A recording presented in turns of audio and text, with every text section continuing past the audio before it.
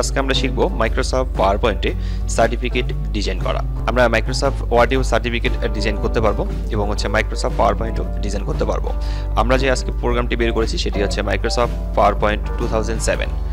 তো আমরা এখান থেকে মাইক্রোসফট পাওয়ারপয়েন্ট চালু করার পর আমরা এই ঘরগুলোকে, এই টেক্সট বক্সগুলোকে এখান থেকে মুছে ফেলবো। ইনসার্ট লেখাতে ক্লিক করছি। ইনসার্টে ক্লিক করার পর শেপে ক্লিক করব। শেপ থেকে আমরা এখান থেকে একটি শেপ পাবো, সেটা হচ্ছে ফ্রেম। এই ফ্রেমটিকে নিয়ে আমরা ফ্রেমটি এখান থেকে ড্র্যাগ করে দেব।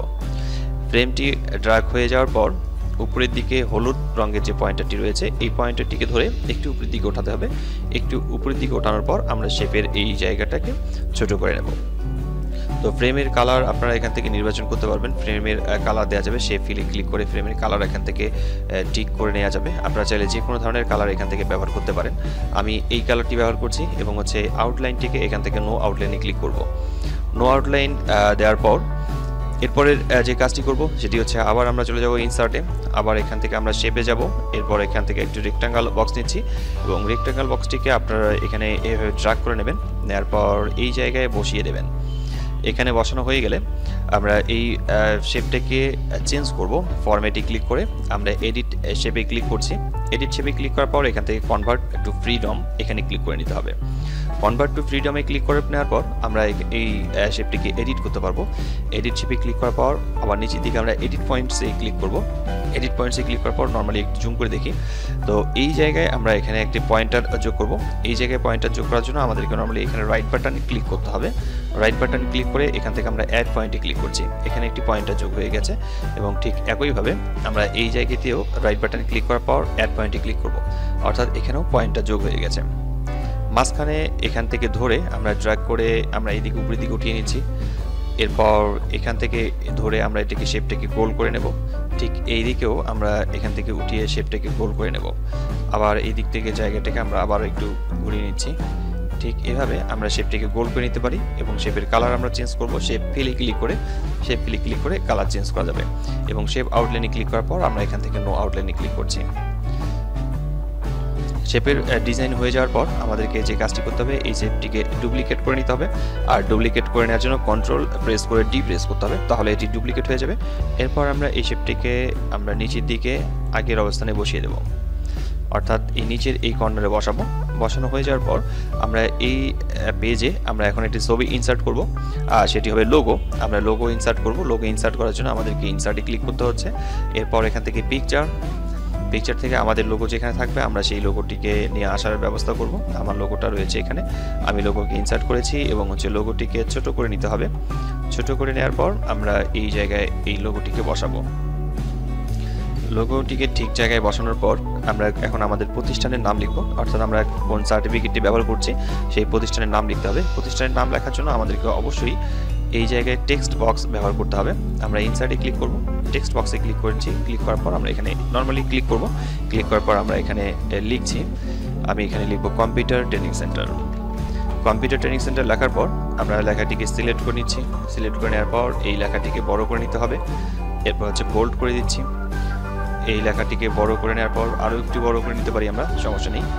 আর এটাকে আমরা ঠিকভাবে বসিয়ে দেব।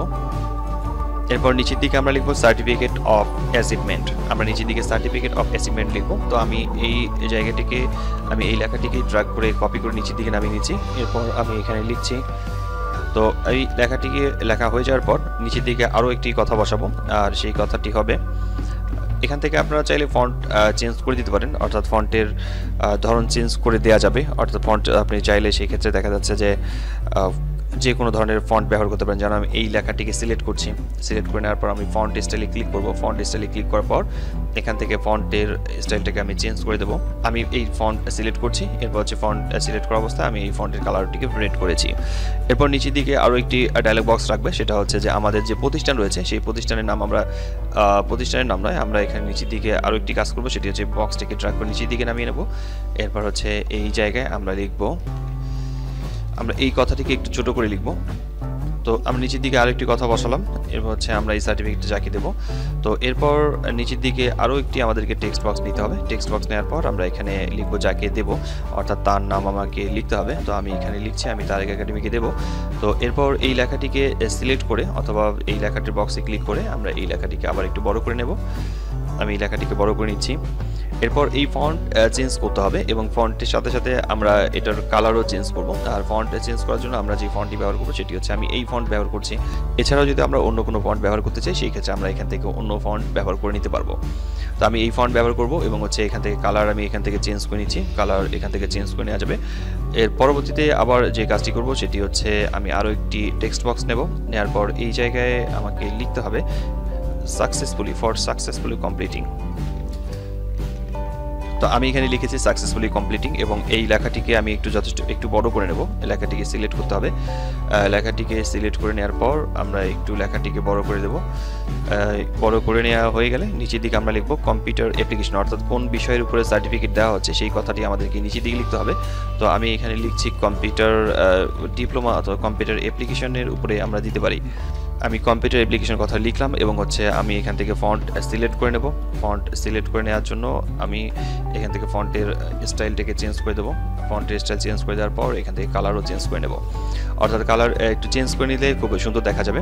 আর নিচের দিকে আমরা একটু নিচের দিকে আরও একটি কাজ করতে পারি, সেটা হচ্ছে নিচের দিকে আরেকটি টেক্সট বক্স নিতে পারি। আমি এখানে নিচের দিকে আরেকটি টেক্সট বক্স নিচ্ছি। নেওয়ার পর এই জায়গায় আমরা লিখব ডেট, অর্থাৎ যে দিন সার্টিফিকেটটা দেওয়া হচ্ছে সেই তারিখটা আমরা এখানে বসাবো। অর্থাৎ আমরা ডেট বসাচ্ছি, আজকের তারিখটাই বসাই। আমরা এখানে তারিখ দিয়েছি এবং তারিখটাকে আমরা এখানে মাঝখানে রেখে দেবো। তো এইভাবে আমাদেরকে সার্টিফিকেটের ডিজাইনটা তৈরি হয়ে গেল। আর যদি কালার কোথাও চেঞ্জ করার প্রয়োজন হয় সেক্ষেত্রে আমরা কালার চেঞ্জ করতে পারবো। আর এই জায়গাটা যেহেতু ফাঁকা দেখা যাচ্ছে সেক্ষেত্রে আমরা এখানে একটি লোগো তৈরি করতে পারি। আর এই লোগোটিকে তৈরি করার জন্য আমাদেরকে ইনসার্টে ক্লিক করতে হবে। ইনসার্টে ক্লিক করার পর আমরা শেপে ক্লিক করব। শেপে ক্লিক করার পর নিচের দিকে অনেক ধরনের শেপ রয়েছে। এই শেপ থেকে আমি সবার শেষে এই শেপটিকে নিচ্ছি। নেওয়ার পর এই শেপটিকে নর্মালি আমি এখানে ড্র্যাগ করে নেব। ড্র্যাগ করে নেওয়ার পর এখানে একটু ছোট করে নিতে পারি, আবার একটু বড় করেও নেওয়া যেতে পারে। আর এই শেপের কালার চেঞ্জ করতে গেলে ফরম্যাটে ক্লিক করতে হবে। ফরম্যাটে ক্লিক করে আমি এখান থেকে 3D এই কালারটি ব্যবহার করছি। এই কালারটি থাকছে আমার এখানে। আর নিচের দিকে আবার আরেকটি কাজ করব, ইনসার্টে ক্লিক করার পর শেপে ক্লিক করব। শেপে ক্লিক করে আমরা এখান থেকে আরেকটি রেক্ট্যাঙ্গেল বক্স নিচ্ছি। রেক্ট্যাঙ্গেল বক্সটিকে আমরা এখান থেকে ড্র্যাগ করে নেব। ড্র্যাগ করে নেওয়ার পর আমরা আবার এখান থেকে ফরম্যাটে ক্লিক করব। এডিট শেপে ক্লিক করার পর কনভার্ট টু ফ্রিডম, এরপর আবার এডিট শেপ এবং হচ্ছে এডিট পয়েন্টসে ক্লিক করে আমরা এই শেপের মাঝখান থেকে ধরে করে নেব। নেওয়ার পর আমরা একটু আবার এটাকে ঘুরিয়ে নেব। ঘুরিয়ে নেওয়ার পর এটা যথেষ্ট পরিমাণ বড় হয়ে গেছে, আমি একটু ছোটো করে নিচ্ছি। ঠিক এই জায়গায় আমি এটাকে বসাবো। এই জায়গাটাতে বসানোর পর একটু ঠিকঠাকভাবে ঘুরিয়ে নেব। এটিকে আমি ডুপ্লিকেট করে নিচ্ছি, কন্ট্রোল ডিতে ডুপ্লিকেট। এবার হচ্ছে আমি এটাকে আবার এইদিকে ঘুরিয়ে নেব। তো এই দিকে এটা রেখে দিচ্ছি। আর এই বক্সটিকে একটু এইদিকে মুভ করে নেই। আমি এখানে ক্লিক করব, এখানে রাইট বাটন ক্লিক করার পর এরপর এখান থেকে চলে আসছি ব্রিং টু ফন্ট এবং হচ্ছে ব্রিং টু ফন্ট এখানে ক্লিক করে নিচ্ছি, তাহলে এটা নিচের দিকে চলে যাবে। আর এগুলোকে আরেকটু ঠিকঠাকভাবে আমরা সাজাতে পারবো আমাদের পছন্দ মতো করে। আমরা নিচে দেখে নেবো যে কোনটি ঠিক আছে। আর আমি এই দুটিকে সিলেক্ট করে নিচ্ছি। সিলেক্ট করে নেওয়ার পর ফরম্যাটে ক্লিক করব। ফরম্যাট থেকে আমরা কালার চেঞ্জ করতে পারি, অর্থাৎ এখানে বিভিন্ন ধরনের কালার দেওয়া রয়েছে। আমি কালার এইখানে সিলেক্ট করে নিচ্ছি, এখান থেকে কালার একটি সিলেক্ট করে নেব। আর মাঝখানে আমি এখানে আরেকটি বৃত্ত বসাবো, অর্থাৎ মাঝখানে আমি আরেকটি এখানে ওভাল তৈরি করব। ওভাল তৈরি করার জন্য এখান থেকে আমাকে একটা ওভাল তৈরি করতে হবে। আর ওভালটিকে আমি সর্বদা শিফট চেপে ধরে এটাকে ঠিক করে নেব। আর ওভালটিকে একটু ছোট করে নেব। মাঝখানে এখানে ঠিকঠাকভাবে বসানো হয়ে গেলে আমরা ফরম্যাটে আবার ক্লিক করব। এখান থেকে আমরা এই ওভালের কালার চেঞ্জ করব। তো আমি ওভালের কালার চেঞ্জ করছি এখান থেকে। তো ওভালের কালার চেঞ্জ হয়ে গেছে। এরপরে যে কাজটি সেটি হচ্ছে আমি এখানে একটা টিক মার্ক বসাবো, অর্থাৎ এই টিক মার্ক বসানোর সাইনটি আমি যেখানে পাবো সেটি হচ্ছে আমাদেরকে যে কাজটি করতে হবে সেটি হচ্ছে ইনসার্টে ক্লিক করব। ওয়ার্ডারে ক্লিক করতে হবে। ওয়ার্ডারে ক্লিক করার পর এখান থেকে আমরা যে কোনো একটা নিতে পারি, যেমন আমি এখানে নিয়েছি এবং হচ্ছে ক্লিক হেয়ার টু টেক্সট এই কথাটাকে আমরা এখান থেকে মুছে ফেলি। মুছে ফেলার পর আমাদেরকে আবার ইনসার্টে ক্লিক করতে হবে।